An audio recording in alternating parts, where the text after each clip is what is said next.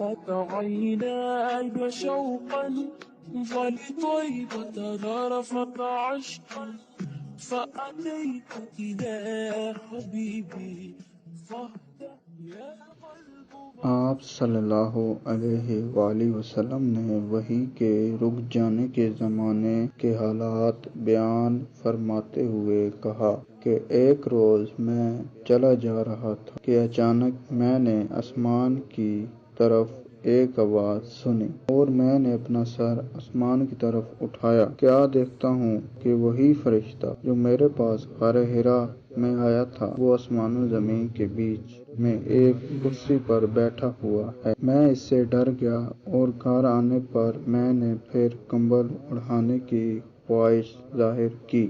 اس وقت اللہ پاک کی طرف سے یہ آیات نازل ہوں: اے لحاف اڑا کر لیٹنے والے، اٹھ کھڑا ہو اور لوگوں کو عذاب الہی سے ڈرا اور اپنے رب کی بڑائی بیان کر اور اپنے کپڑوں کو پاک صاف رکھ اور گندگی سے دور رہ۔ اس کے بعد وہی تیزی کے ساتھ پے در پے آنے لگی۔